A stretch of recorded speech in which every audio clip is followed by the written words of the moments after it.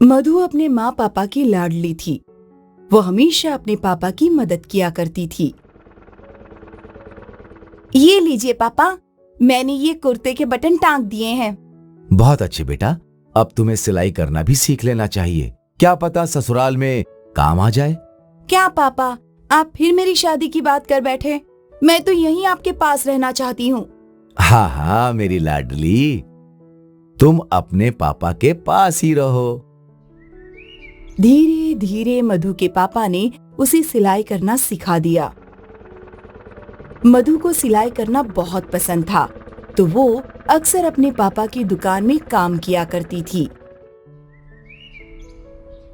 यहीं वल्लभ ने मधु को देखा और उसे वो भाग गई। वल्लभ ने मधु के पिताजी से रिश्ते की बात की और कुछ महीनों बाद वल्लभ और मधु की शादी हो गई। वल्लभ अच्छी नौकरी करता था, इसीलिए शुरू शुरू में सब ठीक था। 2 साल बाद जब मधु ने बेटी को जन्म दिया, देखिए जी, कितनी प्यारी है, आंखें देखिए। अब क्या देखूं? तुमने मुझे कुछ देखने लायक छोड़ा है क्या?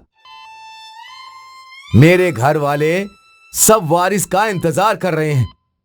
अब किस मुंह से उन्हें बताऊं कि तुमने एक लड़की को पैदा किया है? पर लड़का हो या लड़की, है तो ये हमारी ही ना। ये लड़की सिर्फ तुम्हारी है, मेरी नहीं।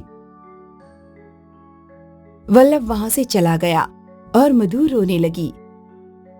कुछ देर बाद मधु के पापा वहां आए। मधु ने उन्हें सब कुछ बताया। तू फिक्र मत कर, मैं दामाद जी से बात करूंगा, सब ठीक हो जाएगा। पर वो इस लड़की को अपनाएंगे क्या? क्यों नहीं अपनाएंगे? आखिर उसका अपना खून है।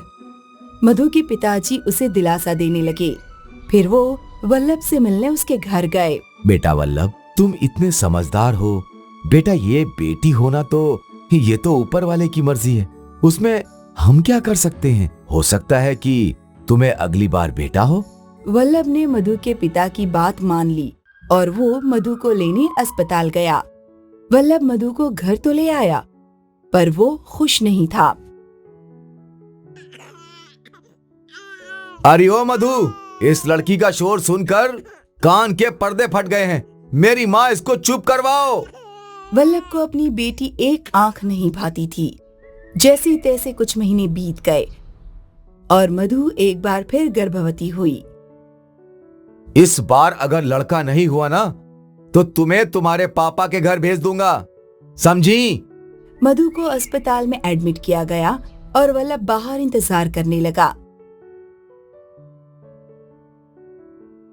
मुबारक हो, आपको लड़की हुई है। लड़की का नाम सुनते ही वल्लभ का मुंह लटक गया और वो तुरंत वहां से चला गया। आपके पति ऐसे चले क्यों गए? क्या वो कहाँ गए? मधु वल्लभ को रोकने उठ ही रही थी कि तभी उसके पिता वहां आ गए। पापा, पापा वो गुस्से में चले गए, फिर बेटी हुई है। अब क्या कर सकते हैं, जो विधि है वो होगी ही। मधु अपने पापा के गले लगकर रोने लगी। मधु के पापा एक बार फिर वल्लभ से मिलने गए। इस बार मुझे कुछ सुनना नहीं है। आप चुपचाप अपनी बेटी और उसकी बेटियों को अपने साथ ले जाइए। पर वो बच्चियां तुम्हारी भी हैं। उन लड़कियों से मेरा कोई वास्ता नहीं है। ये सुनकर मधु के पापा हताश होकर वहां से चले गए। वो मधु और उसकी दोनों बेटियों को अपने घर ले गए। मधु के पापा की उम्र हो गई थी, फिर भी वो सिलाई का काम करते थे ताकि वो मधु और उसकी बेटियों को अच्छे से पाल सकें। लेकिन 2 साल बाद मधु के पापा चल बसे। अब मधु के पास कोई सहारा नहीं था। मधु ने अपने आप को संभाला और खुद सिलाई का काम करने लग गई। वो अपनी दोनों बेटियों को संभालते संभालते सिलाई का काम भी करती थी। देखते देखते उसकी दोनों बेटियां बड़ी हो गईं और स्कूल जाने लगी। मधु की बड़ी बेटी माया स्पोर्ट्स में बहुत अच्छी थी। मैं आपकी परिस्थिति जानता हूँ, लेकिन मैं चाहता हूँ कि आप माया को सपोर्ट कीजिए। वो टैलेंटेड है और बहुत जल्द आपका नाम रोशन कर दिखाएगी। सर, जितना मुझसे हो सकता है मैं करूंगी। पीटी सर ने माया की कोचिंग जारी रखी और मधु दुकान पर ओवर टाइम काम करने लगी ताकि वो माया को सेहतमंद खाना और उसकी स्पोर्ट्स की जरूरत की चीजें दिलवा सकें। माया भी जी तोड़ मेहनत कर रही थी। इन दोनों माँ बेटियों की मेहनत रंग लाई और माया ने स्टेट लेवल चैंपियनशिप में गोल्ड मेडल जीत लिया। माया ने अपनी माँ का नाम रोशन कर दिया जब उसकी और उसकी माँ की तस्वीर अखबार में आई। ये तस्वीर देखकर वल्लभ सोच में पड़ गया कि आज उसका भी नाम उस अखबार में होता अगर वो बेटी के जन्म पर अपनी पत्नी को अकेले ना छोड़ देता। उसकी इच्छा थी कि वो वापस जाकर माफी मांगे, पर अब किस मुंह से।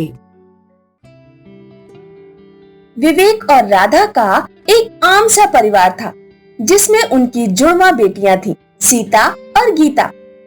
सीता अक्सर किताबों में घुसी रहती थी और गीता को तो पढ़ाई एक आंख नहीं भाती थी। वो पढ़ाई की बुक के अंदर कॉमिक्स पढ़ा करती थी और जब रिजल्ट का दिन होता तो गीता का चेहरा हमेशा लटका हुआ ही रहता, क्योंकि टीचर उसकी मम्मी को अच्छे से खरी खोटी सुनाया करती। और जब बात सीता की आती तो टीचर हमेशा तारीफ करते नहीं थकती थी। लगता ही नहीं कि ये दोनों जुड़वा बहनें हैं। एक क्लास में फर्स्ट आती है और दूसरी हमेशा फेल होती है। आप गीता की पढ़ाई पर भी थोड़ा ध्यान दिया कीजिए। विवेक और राधा टीचर के सामने कुछ बोल ही नहीं पाते थे। क्लास से बाहर निकलकर विवेक गीता को डांटने लगा। गीता, कभी तो पढ़ाई को सीरियसली लो। हमेशा तुम्हारी वजह से टीचर की बातें सुननी पड़ती हैं। कुछ तो सीखो सीता से। तुम पढ़ाई नहीं करोगी तो कैसे चलेगा। विवेक गीता को डांट रहा था। ये सब पीटी टीचर ने देख लिया और वो वहाँ आए। Good morning sir. Good morning Geeta, good morning. आप इसे डांट क्यों रहे हैं? सर, आप तो जानते ही होंगे हर एग्जाम में फेल हो जाती है ये देखिए, सीता हमेशा टॉप करती है और गीता हमेशा फेल हो जाती है। टीचर हमेशा गीता के लिए सुनाती हैं। अब आप ही बताइए इसका क्या करूं? सर, हर बच्चा एक जैसा नहीं होता। माना सीता और गीता जुड़वा बहनें हैं, पर उन दोनों की भी पसंद अलग है। गीता स्पोर्ट्स में बहुत अच्छी है, पर सीता को स्पोर्ट्स नहीं पसंद।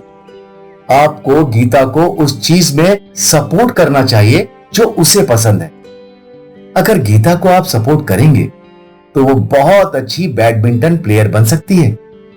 मुझे गीता पर बिलीव है।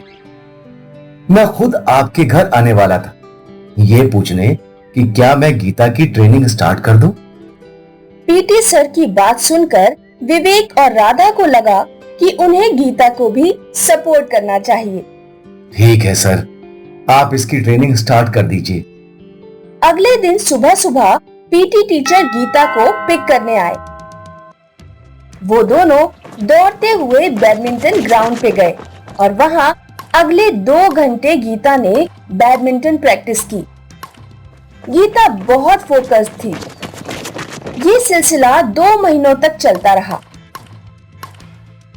और फिर गीता एक इंटरनेशनल बैडमिंटन मैच में उतरी। विवेक और राधा अपनी बेटी का मैच देखने आए। वो लोग दंग रह गए गीता की फुर्ती देखकर। ऑडियंस के मुंह से गीता का नाम सुनकर राधा की आंखों में पानी आ गया। गीता ने वो मैच जीत लिया और यहाँ से शुरू हुआ गीता का सफर। गीता अब भी अपने पीटी सर के साथ ट्रेनिंग करती थी, पर अब उसे फॉर्मल बैडमिंटन एकेडमी ज्वाइन करनी थी। मैं तो एक नॉर्मल गवर्नमेंट सर्वेंट हूँ। महीने के 20,000 ट्रेनिंग के लिए कैसे लाऊंगा राधा? लेकिन गीता का सपना भी पूरा करना है। बुरा ना मानो तो मैं आपकी मदद करना चाहती हूँ। तुम कैसे मदद कर सकती हो? मैं पापड़ और अचार बनाकर बेचूंगी तो 15-16 हजार कमा ही लूंगी। पर तुम घर का काम करते हुए ये सब कैसे करोगी? आप मेरी मदद कर देना और सीता गीता तो है ही, सब हो जाएगा, फिक्र मत कीजिए। गीता की ट्रेनिंग के लिए सारा परिवार पापड़ और अचार बनाकर बेचने लगा। 1 साल बाद Geeta state level badminton champion बन गई।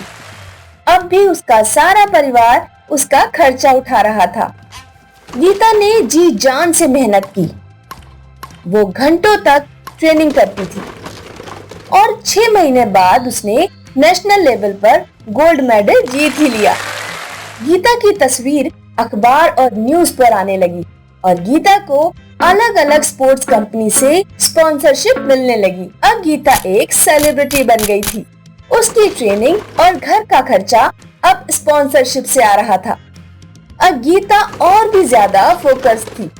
उसका सपना था कि वो इंटरनेशनल बैडमिंटन चैंपियनशिप भी जीते। अब वो पूरा दिन ट्रेनिंग करती थी। जो टाइम बच जाता वो अपनी फैमिली के साथ स्पेंड करती थी।